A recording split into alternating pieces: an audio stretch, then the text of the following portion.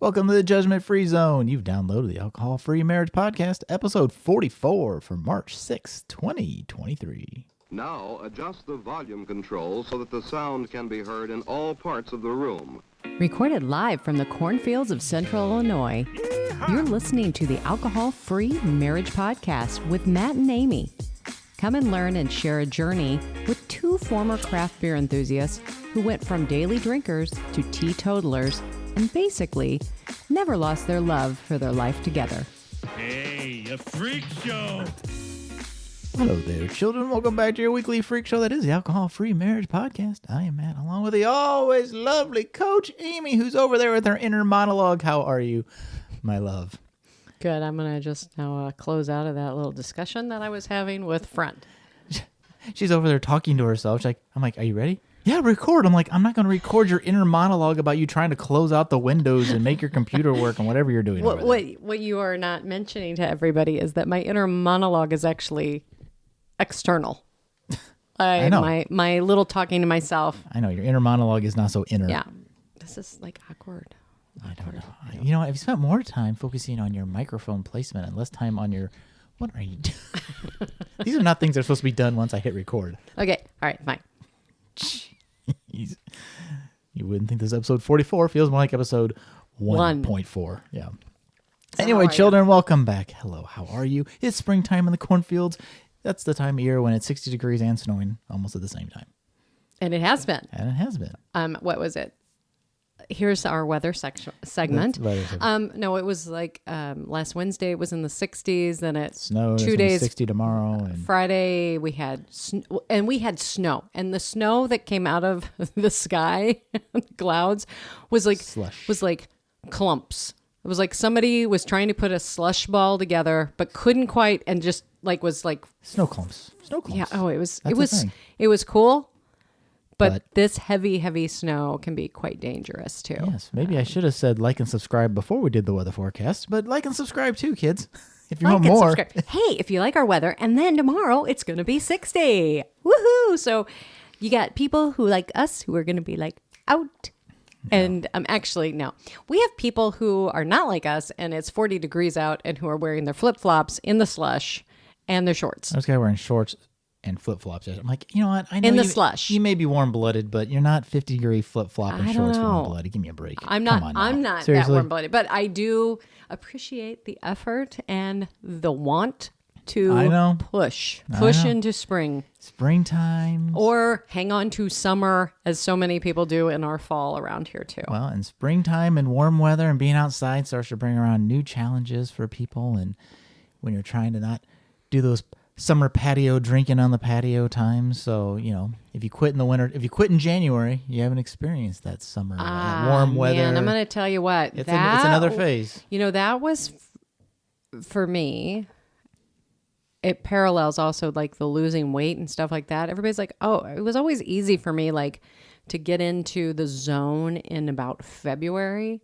and be going strong until about...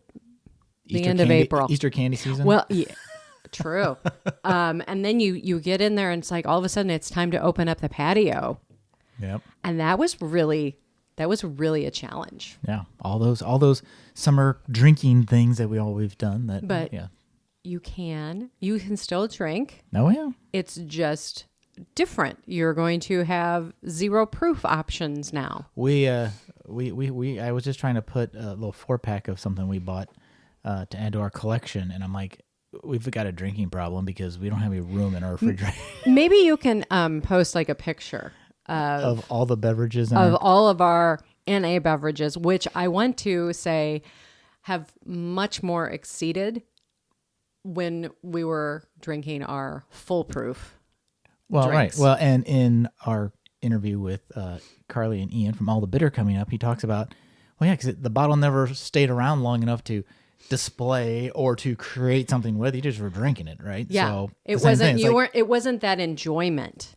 Yeah. It was the do I have enough to get me through? Yeah. Yeah. Well, very similar to, when you're eating French fries and the French fries are just the There's a conveyance tool for the yes, ketchup. to get the ketchup in my mouth. Yeah. Let's just, okay, we're going to do this. Whereas you're having this drink, it's just like, oh, yes, blah, blah, blah. Oh, no, let me get that. I want to get my Exactly. buzz. I Yeah. want my relaxation. I want this. Well, and you only, one, maybe two a night at most. know. So it doesn't deplete as fast when we're doing like a 6-pack a night. And you really are enjoying it.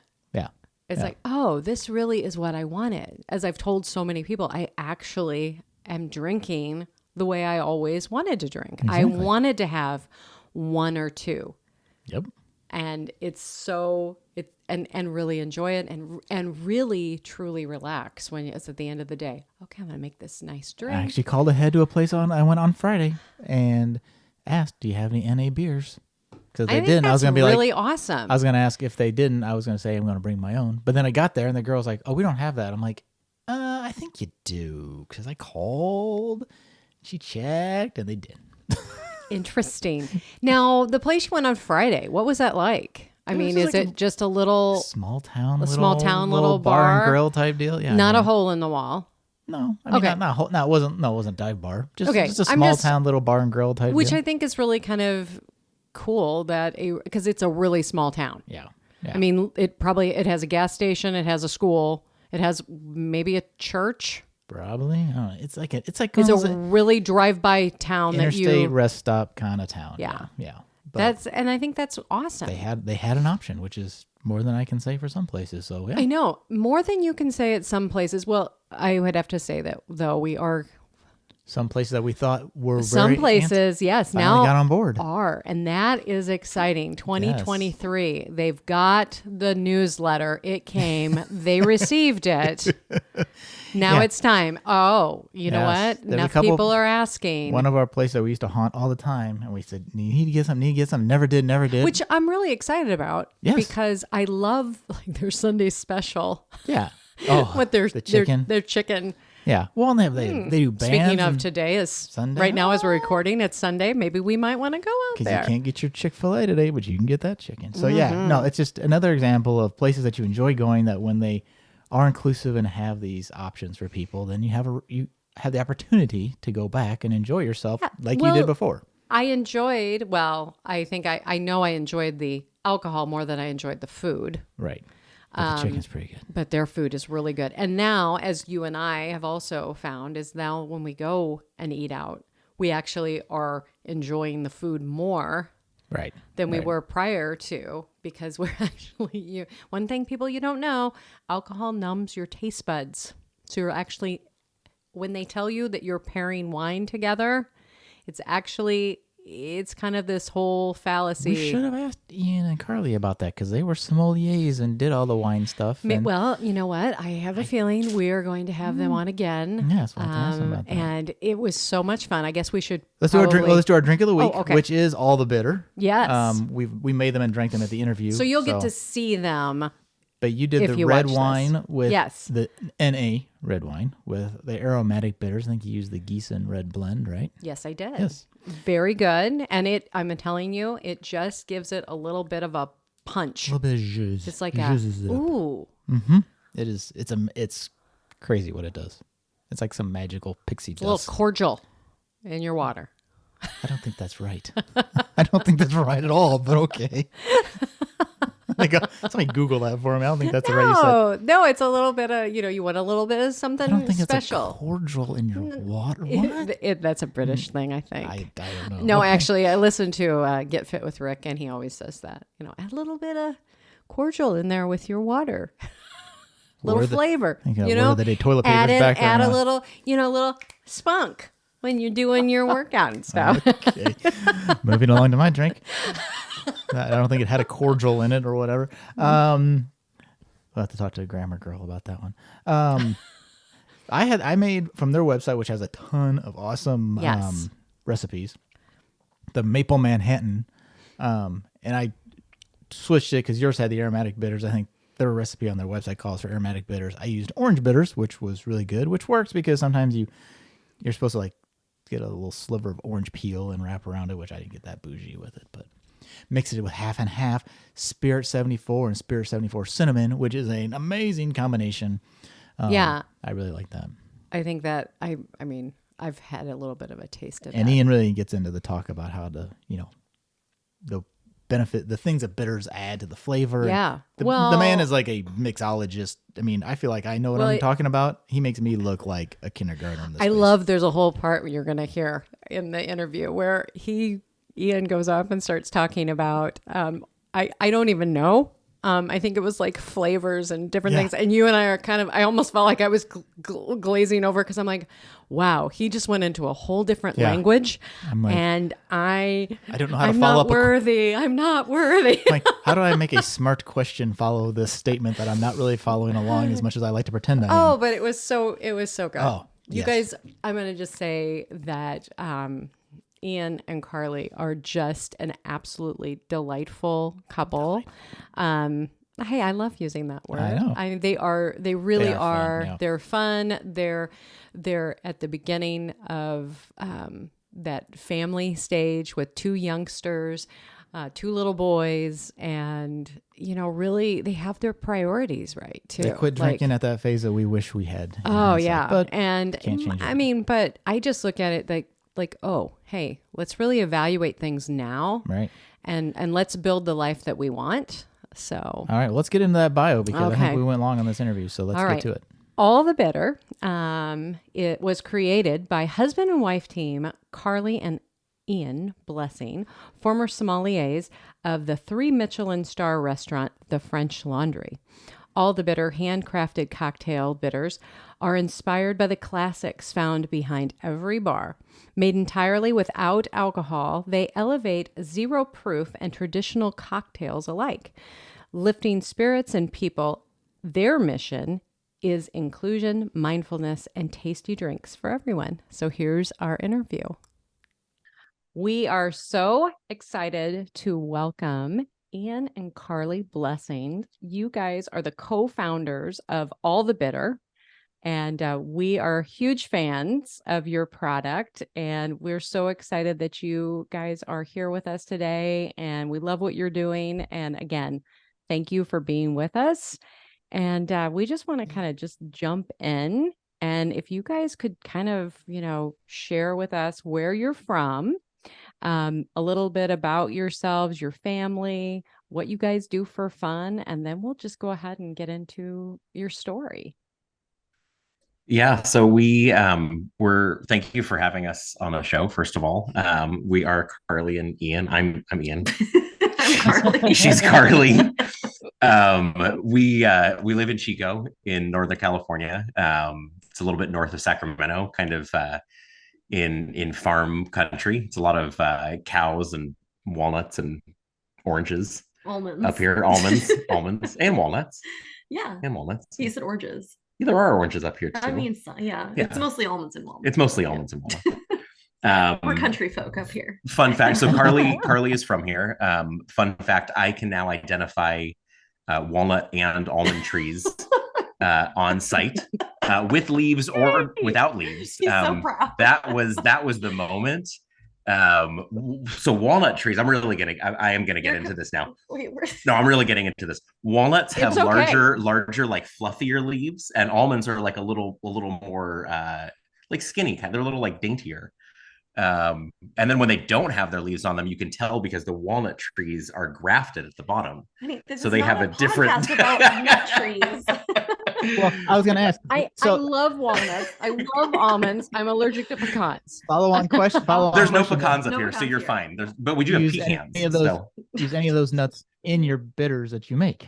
Thanks for bringing it back. Yeah. Thank you. Not yet, but we do have plans for a fig and walnut seasonal flavor. I'm going to see myself out now. Yeah, that's enough. We are, yes.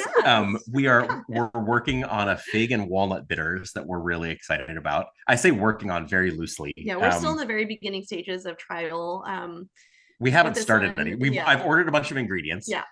We have not actually put anything together, but super excited about the concept, at least, of that flavor. I'm really hoping by fall to have that one ready to go, and just like a small experimental batch, just one of those little 250 bottle batches that we've done before. That's on your list. Yeah, that's on our list. It sounds great. Yeah, put us on your list. We'll see. Yeah, yes, it sounds really good. And yes, we will if we get that far. We will use local walnuts.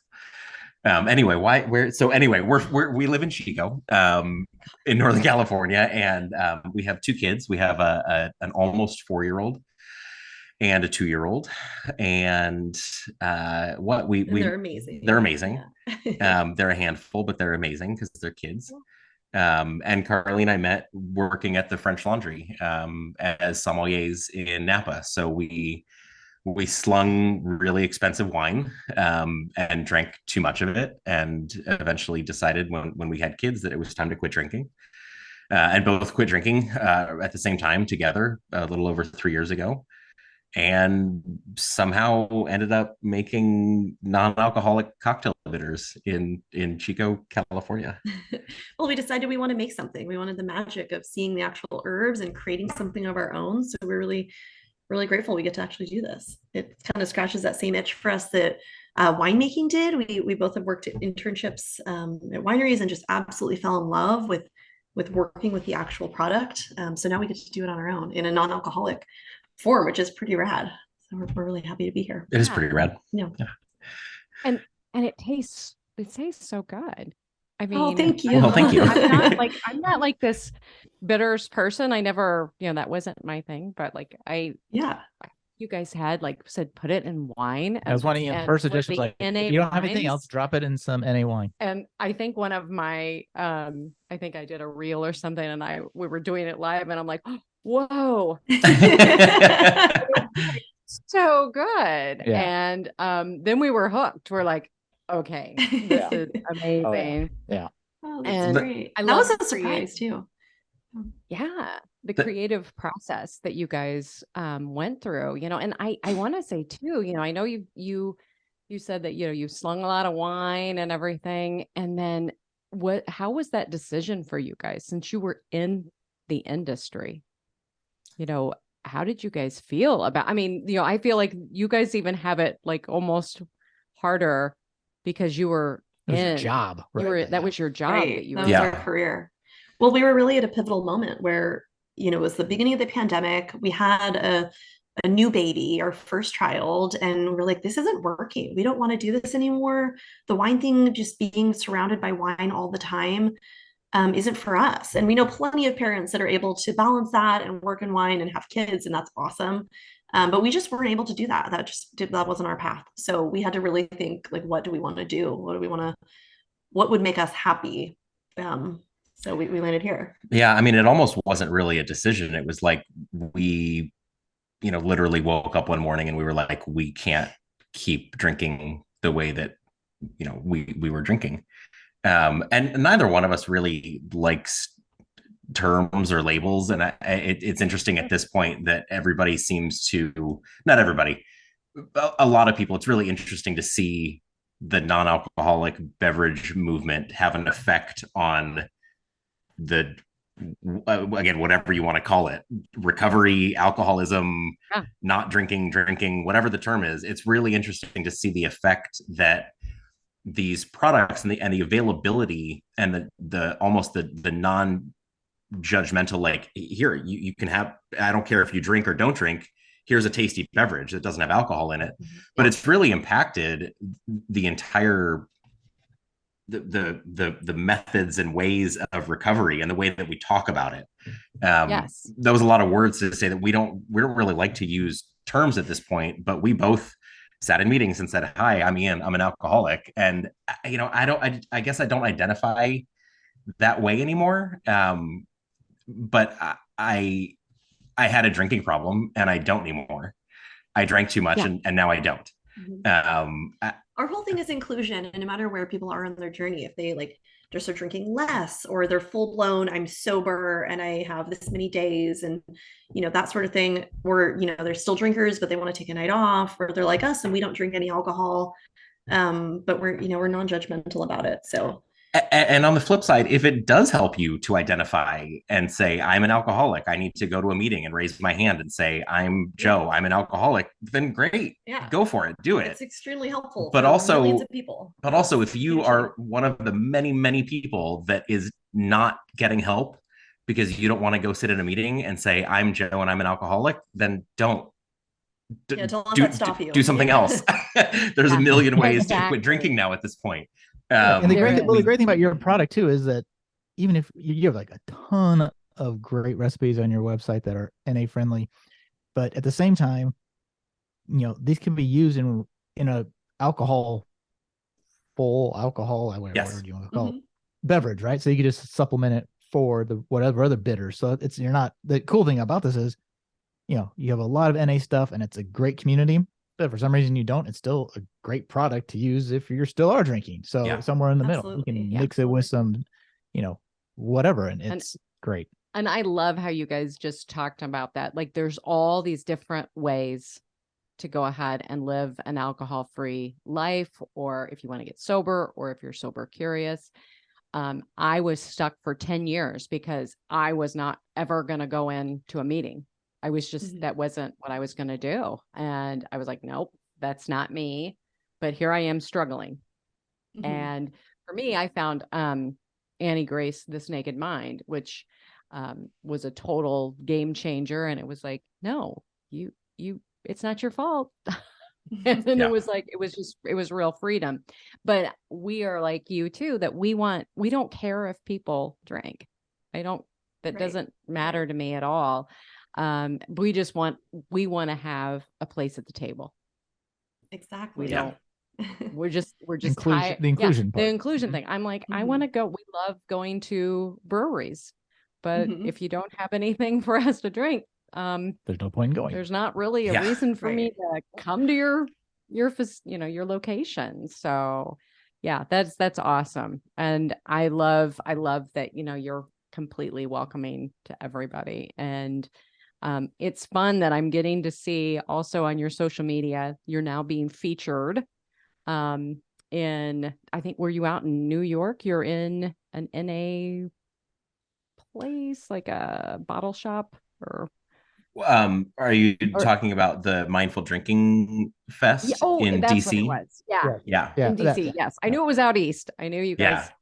There was. I'm like, oh, there they are again. Cool. It was amazing. So Derek Brown is a author, his spirits historian, and over the last few years now, one of the biggest and most vocal proponents for the no and low alcohol space. He's a seriously credentialed bartender, bar owner, and has now started this series. The first one there were two. There was one small one, and then the last one in January in Washington D.C. that was about 300 people, and he plans on hosting these around the country. And it was really one of the first like fully non-alcoholic conferences, kind of. It was like a party, though. It wasn't a conference. Exactly. Yeah, the conference is the wrong word. It was a festival. It's the Mindful Drinking Fest. It was the coolest thing ever, and nobody was drinking. It was not like everybody was having a great time. It was one of the coolest places. Like I walked in, I was like, "We're not cool enough to be here." Oh yeah, Carly and I walked in, and we looked around, and we were like, "This is not so our scene." But fun. Like these people are way cooler than we are. But it was incredible. It was like 30 something producers and 100 different products that were served, and 300 something people. And for a couple hours there was a big tasting, and Derek led a mindful mixology class, and there were classes on wellness and mindfulness and yoga, and just a tarot card reader. Yeah, it was just like it was just a very DJ, super cool after party, and a cocktail competition with some of the area's best bartenders. It was a really, really fun event for people to be able to go and explore all these options. But for us, selfishly, it was like we got to see all these people that we had been, all these other brands and these fans of the NA space, because the NA space has fans, which is and like advocates essentially.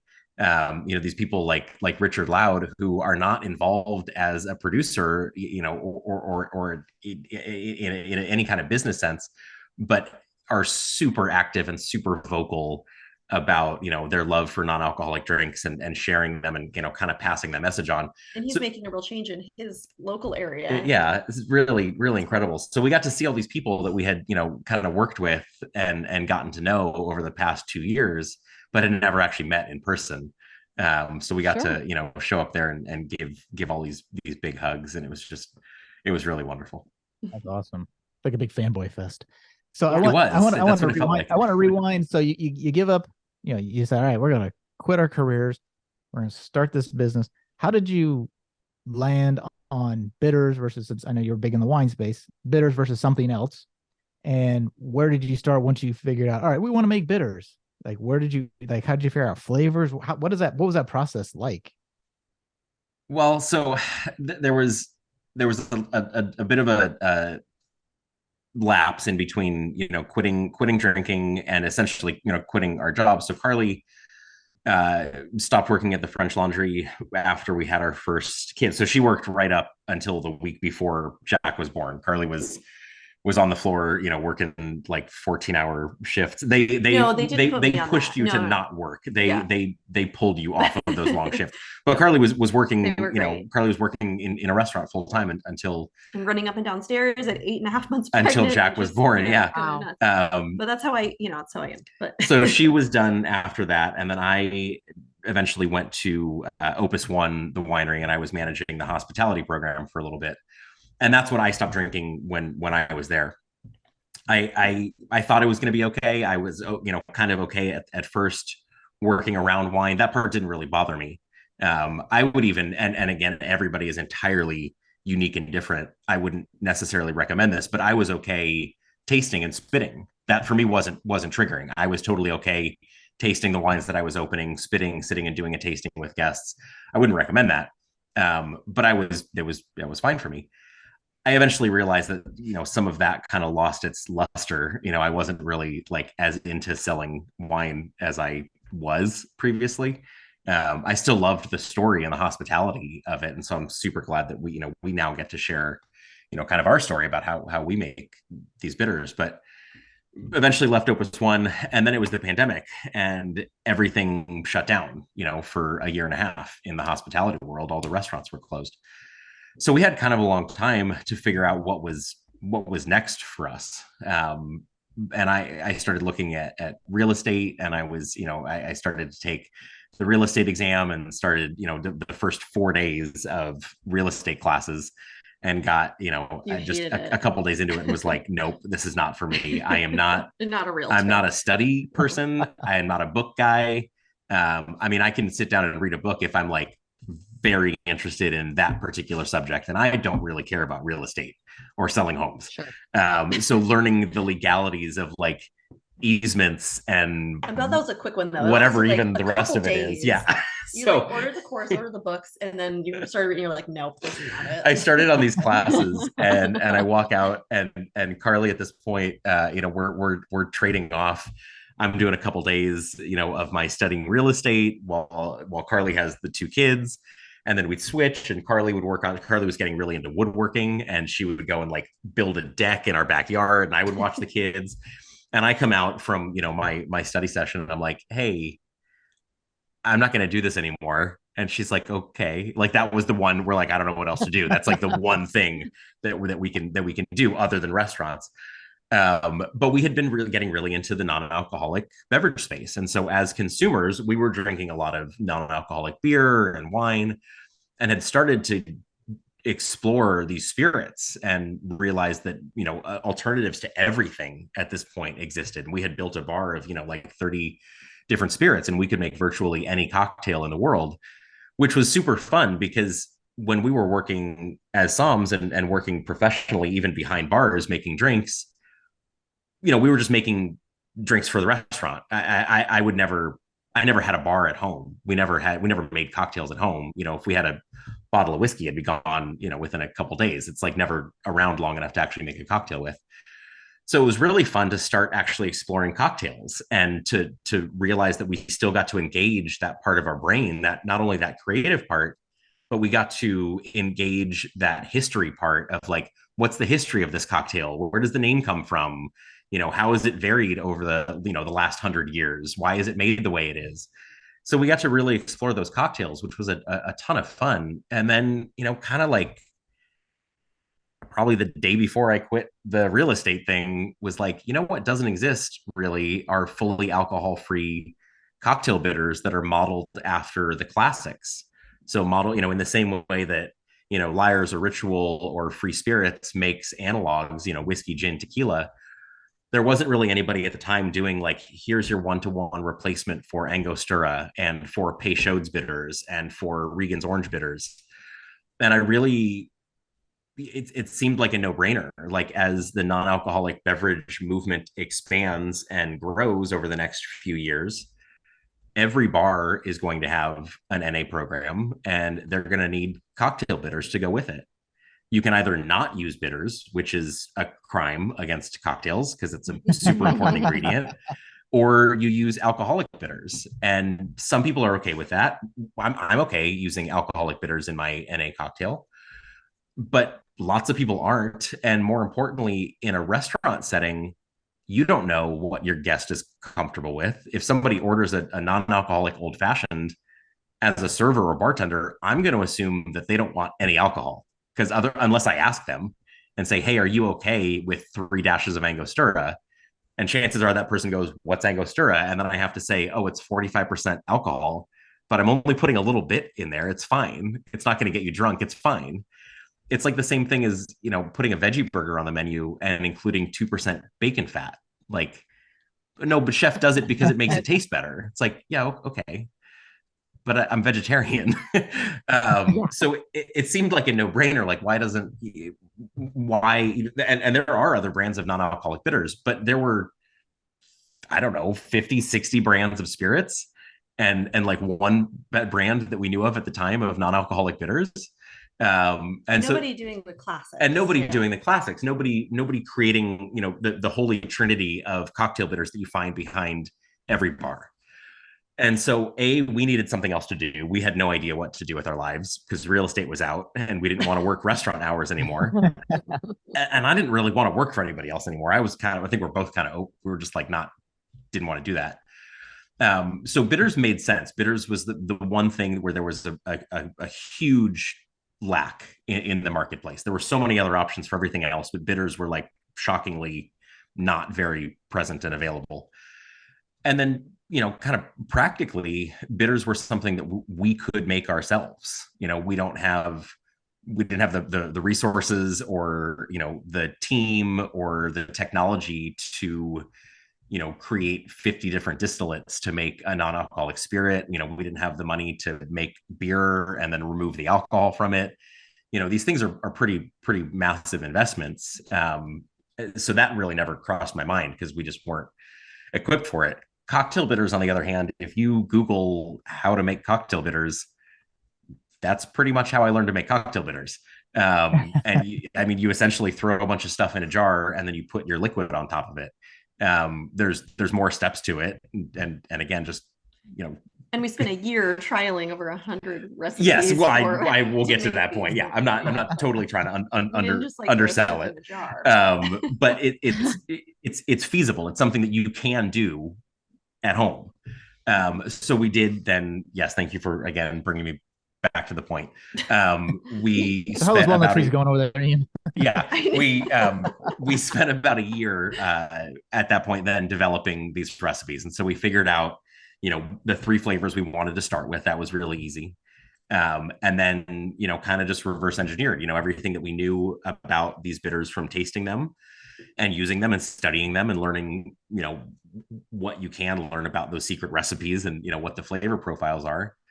And we just started experimenting, and we worked up about 100 different batches of these 3 flavors until we kind of honed in on it and nailed it. And it was a lot of scrapping the whole thing and starting over again, and then getting closer and closer and closer and changing one tiny thing.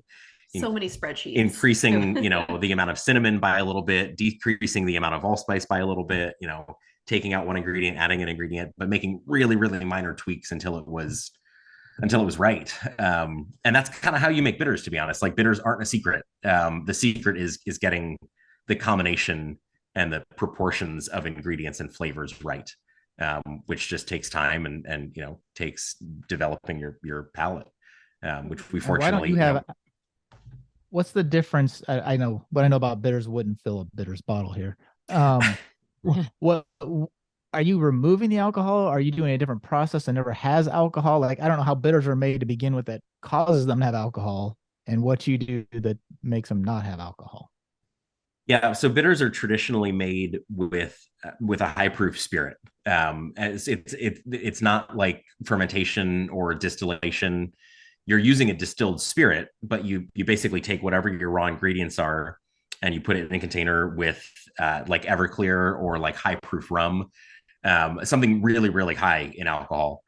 It sits for 2 to 3 weeks typically, and then you filter the liquid out, you filter the herbs out, and then with alcoholic bitters, you add water to dial the alcohol back. So you bring the alcohol from 90%, depending on the spirit you're using, down to 40-ish% alcohol.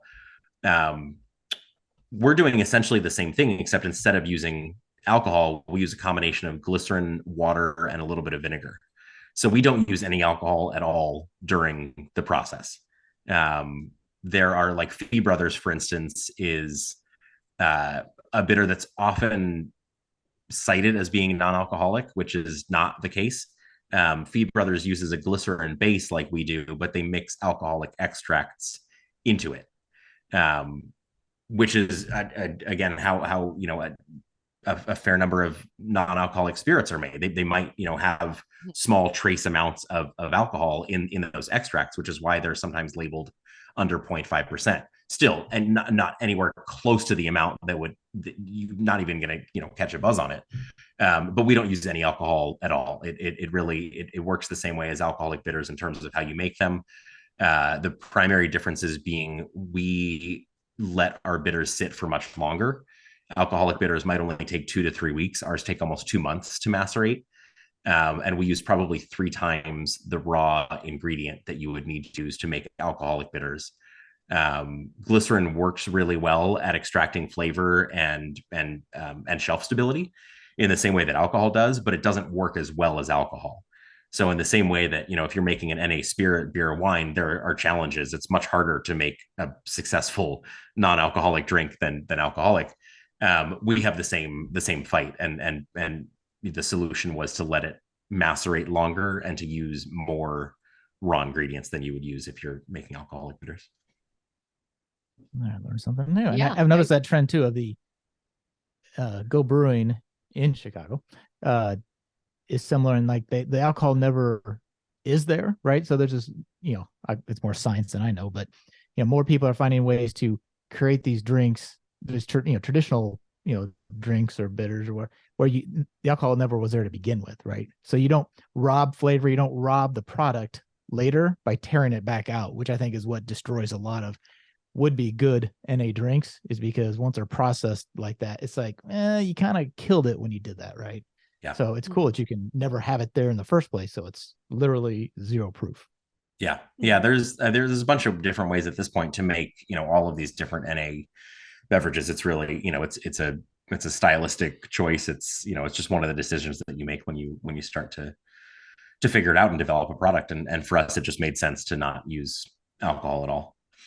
Sure. And now you guys are coming up on your first anniversary then for All the Bitter? Like we just had our first anniversary. Oh, yeah. It was January 19th. So a little over a month ago. You sold 30,000 bottles. Is that what I saw? Yeah. We produced and shipped 30,000 bottles last year. Not all full size. That includes, our little 1 ounce bottles that sometimes go into like cocktail kits. But yeah, 30,000 we produced and hand bottled, and Carly shipped 30,000 bottles last year in our first year. Was it just the two of you in the production? Yeah. Yep. Wow. That is amazing. How's that aligned to where you thought you would be in the first? Like, how many were you hoping to sell? Were you hoping for like 40,000, or are you hoping for 10,000? No, that exceeded what I was. I don't even know. Well, okay, here's a better way of explaining that. Before we started, I was planning to make about 250 bottles at a time. Period. So, and then it takes 2 months to make. So my initial plan, not a great business before plan. we actually got started, my initial plan, I realize now, if I do the math, was to make 1,500 bottles a year. Um, Wow. in 3 5-gallon containers, which More like a hobby, I could have more just done like, in my closet. Sure. Yeah, Yeah. that would have been like hobby scale. I Mhm. realize now, like farmers market scale. Um, but it became very obvious very quickly that this idea had legs, and was going to be in demand. And we've sold out of every batch so far, which is wild. Yeah, So we're you know, in the beginning, we're like, selling it faster than are we can people make going it. to want this? Is this something that the world needs? Is this even, you know, a thing? And very clearly, yes. So we got lucky with that, I think. I love it. Like I said, I mean, this was not something that I just never, a lot of mixed drinks were so strong that Mhm. it just was never even anything that I was gonna drink. But now it's just fun. It's like, Oh, yeah. okay, I'm gonna add a little of this, and I'm okay, let's create this and have fun. And I love how you guys also talk about, the stories about these different cocktails, because I've never even thought about that. Yeah. Like the history and all Yeah. the background. And I'm like, oh, I didn't know there were stories around, which I mean, obviously that makes sense that there would be stories, right. but just that was never anything I've thought about. So your recipes on allthebitter.com, are those made up by you? Are those your mods of a kind of an OG alcohol version, or is it a mix of both? Kind of both. So there are some original cocktails on there. There's some things that we've created. Um, but it's also a bit of both. So most of the things that are on our website, and partially just because it's what I find interesting, and it's familiar. So I like sharing cocktails with people that they might have had before, so they have some point of reference or comparison. Not that that's necessarily better or worse than creating unique cocktails and unique flavor profiles. Spirits like Optimist or Seedlip or Wilderton that are totally unique flavor profiles that don't really replicate any existing spirit. There's a lot to be said for those, and you can create some really incredible cocktails and some new experiences with that. But I do think it's also fun to provide people with recipes that they might be familiar with. And so most of what we've done is kind of taken, classic cocktails or established cocktails and made small changes to them to make them better in non-alcoholic form.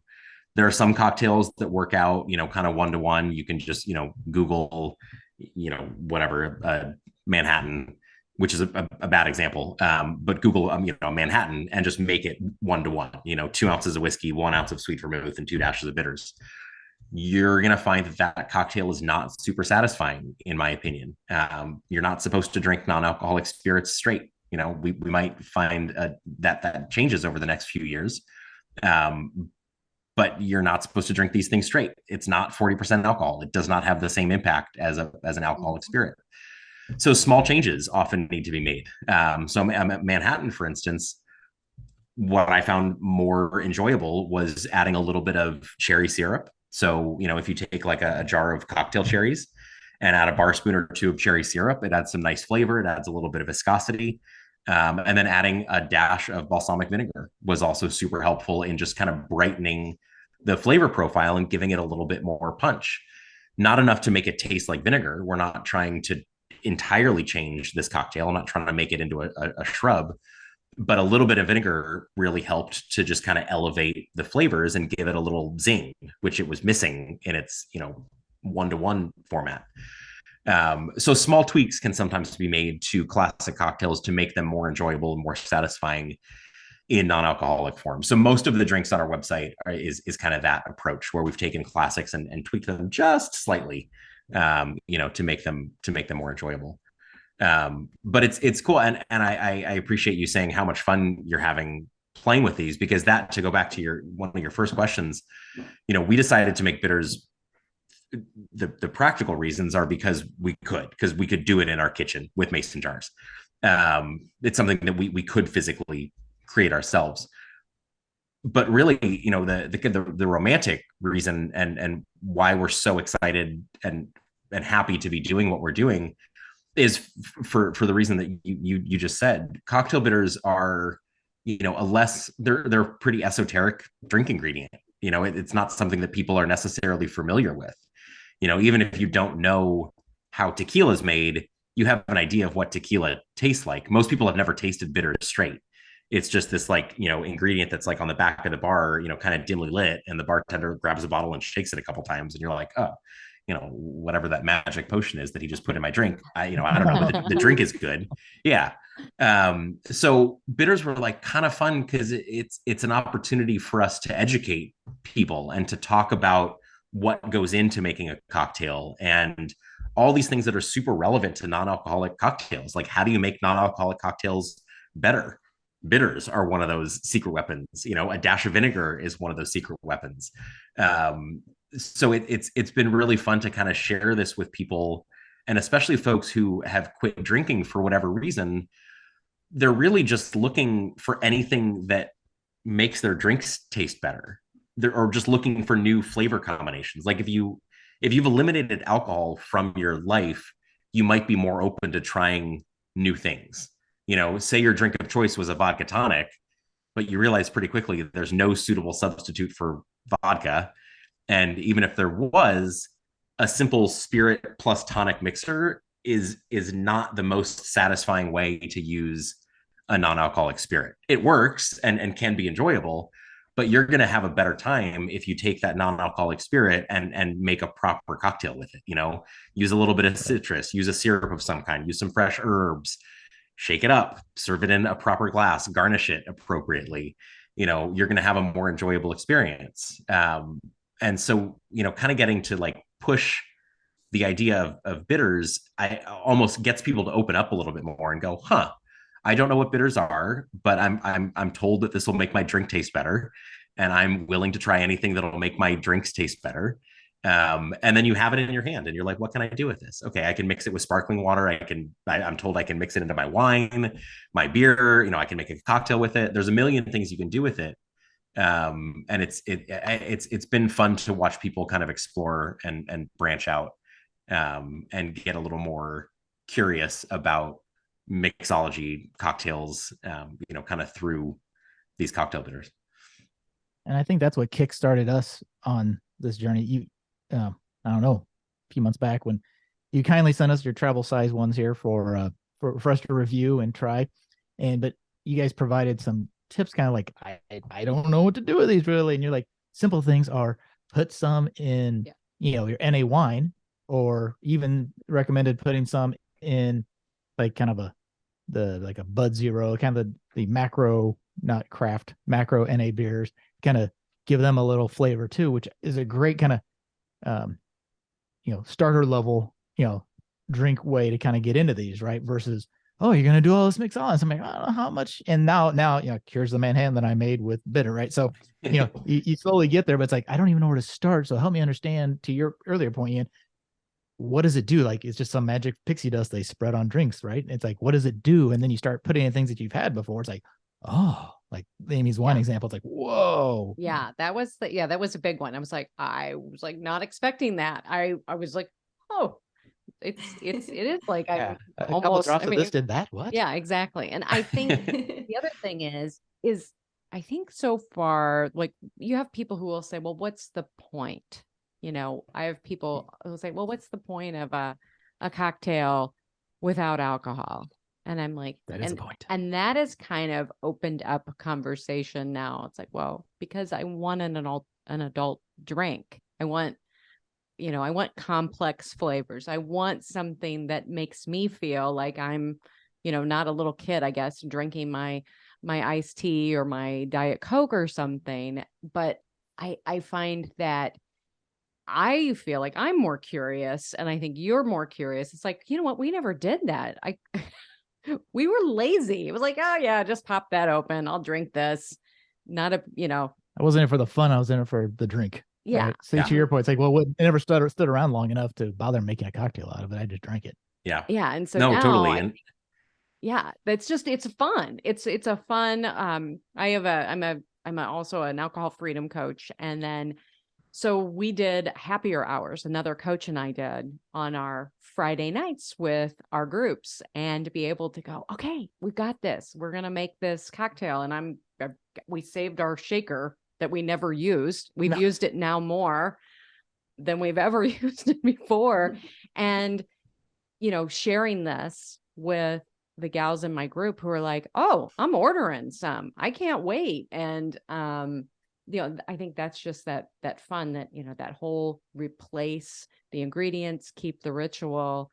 I think that's another, that's is in like a toolbox, but, it's just another thing that people can do, replace that and enjoy it and not get hung up. I mean, I know that is, again, I respect people if that is a trigger for them, but for me and you and for so many other people, it's been really how we ended up, making it, I guess now. Yeah. So what's next for you guys? You got this new flavor coming out.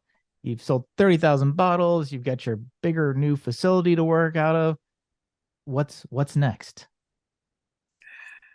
Oh, good question. We're just trying to figure it all out right now in the new space and figure out how to use this bigger equipment and how fast we can make it so we don't keep running out. Yeah, there's a lot of challenges to overcome. And we were told this when we got started, and I was like, yeah, it's fine. I'm not worried about it. Doing it yourself is not easy. Scaling up is not easy. Learning to use new equipment at different scales is a challenge. And so we're, in the middle of probably two months maybe of challenge of like learning how to use all this stuff and, changing systems around. So, this year for us is all about getting established at a larger scale and, kind of implementing systems and really hiring a couple employees. Super excited about that. Really getting ourselves on track with an increased production, and just and scaling and growing. We have probably 10 new flavors that we want to start experimenting with and playing with, but we just haven't had the time yet. So that's all kind of on the agenda for the next few months, is to hire some employees to get some of this workload off of ourselves so that we can start working on on the rest of it. Including developing some new flavors. But yeah, we're adding our lavender bitters to the main lineup with this next batch. So those will be ready probably either end of April or early May. Somewhere hopefully still in spring.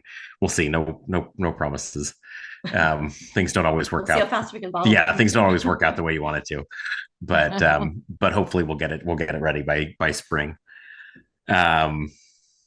But yeah, I mean, other than that, we'd love to expand the offerings at some point, to include, maybe syrups or shrubs or canned beverages. We'd love to do, canned bitters and sodas or canned cocktails at some point. But that's not anywhere in the immediate future at all. No, we've got plenty to do. Just, getting ourselves firmly established with what we're doing at the moment. Well, I would sign up for your cocktail making classes because that's where I struggle. It's like, oh, I want to make these, but I'm like, my brain just doesn't I don't have that. I know it tastes good, but my brain doesn't put the pieces together. I'm like, I don't know. I've got bottles of stuff and I don't, so. Yeah, it's great having the recipes. Yes. And in my little group that I did too, is I created little recipe cards for everybody. So like you guys are featured in one of the little ones that went out. Oh, thank you. It's just kind of it's just fun to be able to share what you love with your friends. And it's fun to have somebody who hasn't had like an NA cocktail before. When you give them, they're like, oh, this is good. Like, yeah. I love that. I mean, it's exciting to be able to do that. Yeah. It's neat too. Something I've kind of, realized recently is that there's this whole, demographic of people that didn't quit drinking. They've just never drank, or the people that just alcohol never interested them. And so there's all these people that have never experienced cocktails in general or cocktail culture. Like they've never sat at a bar and had somebody make them a cocktail. and now that's possible. Like these people now get to be included in this really cool part of American culture, which is watching somebody prepare a really incredible drink in front of you and have them serve you that drink, and you get to sit there and really enjoy it and really, you know, kind That's of just just American culture. say no, but it's but cocktails are uniquely American. I mean, it's expanded obviously beyond America, but cocktails are an American invention.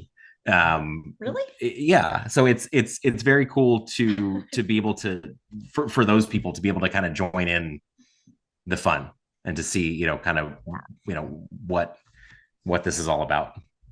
It's, you know, it's our friends that we always are like, oh, the ones friends who would go and never have a drink or at a, they would just be like, I'm not going to pay that kind of money, you know, like it for a beer or something. And then you get together and you can make them one and they're like, oh, well, this is fun. Yeah. I mean, I think that's for me. I mean, because I know like my sister, like, if, you know, she goes, whenever I have a drink, I get a stomach ache, you know, so what's the point, you know? But then to be able to make something, it's like, oh, well, this is really good. It doesn't hurt my stomach. I feel good. And I'm like, yeah, and you're gonna feel great tomorrow. You're not gonna have a hangover tomorrow. Yeah, it does change the dynamic quite a bit when you know, like we never had a bar. We've never had a bar because, again, back to I just drank it. I didn't collect it because I just drank it. They never stood around long enough to be on a shelf. Are you kidding me?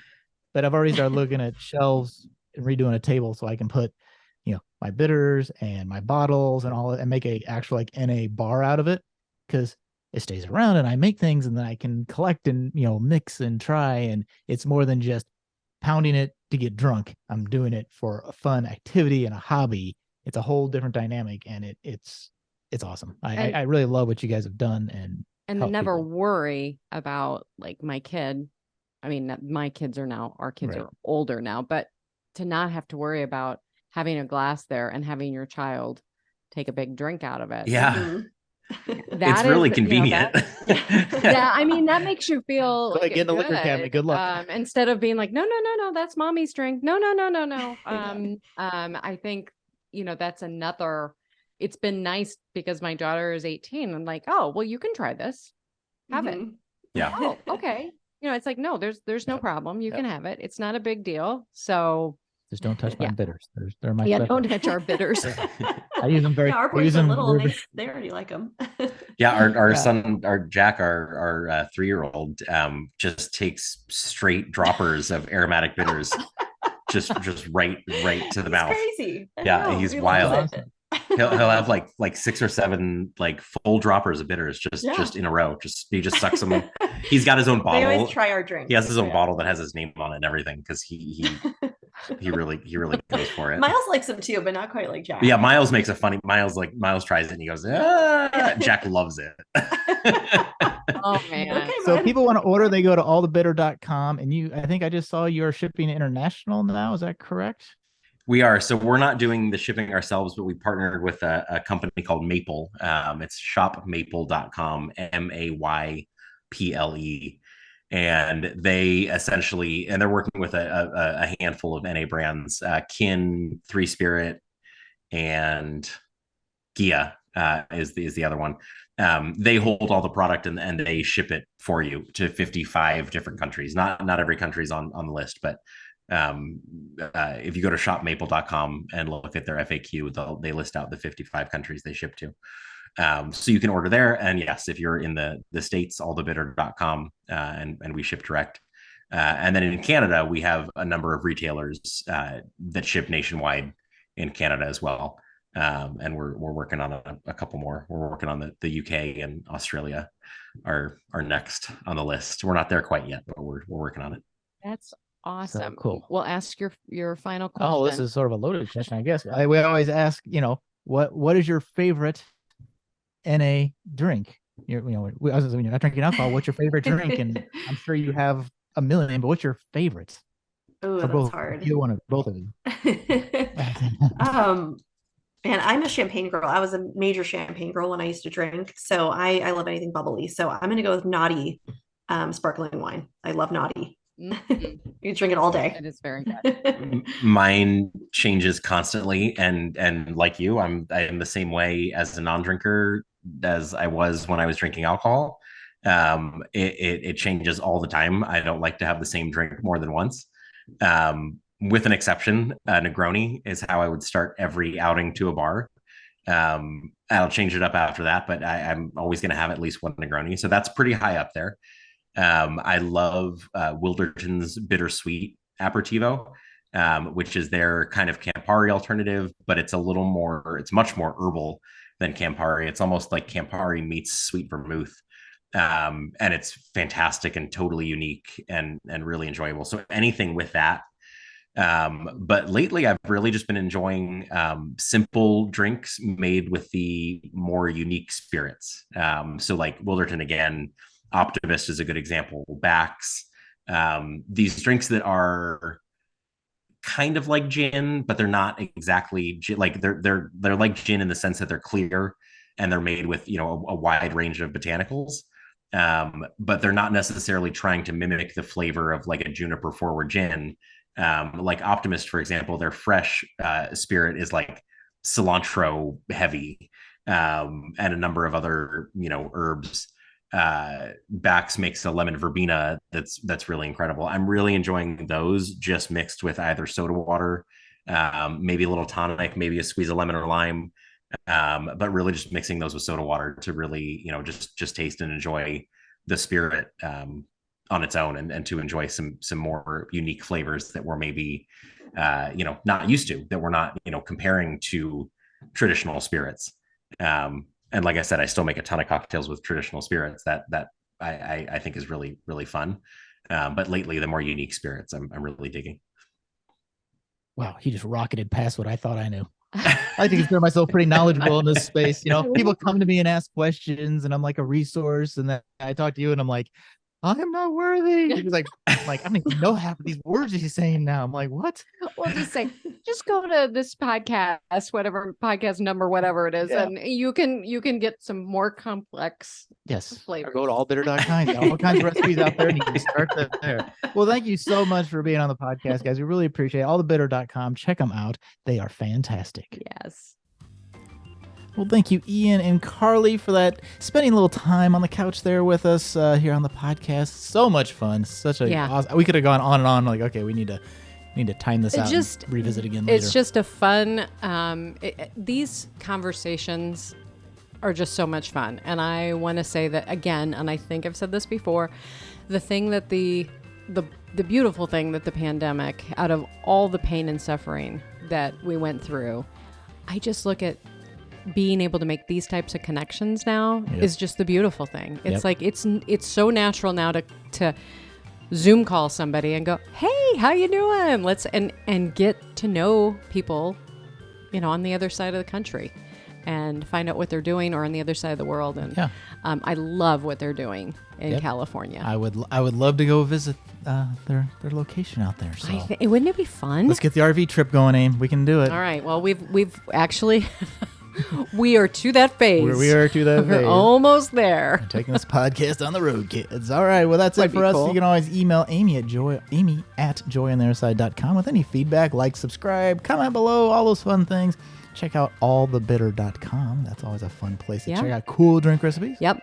And that'll all be linked in the show notes. That certainly will. All right, kids. Well, that's it for us for this week. Join us again next week. I'm Matt, along with Coach Amy, barely struggling to get through the end of this. Wishing you peace and love from the cornfields, and we are out.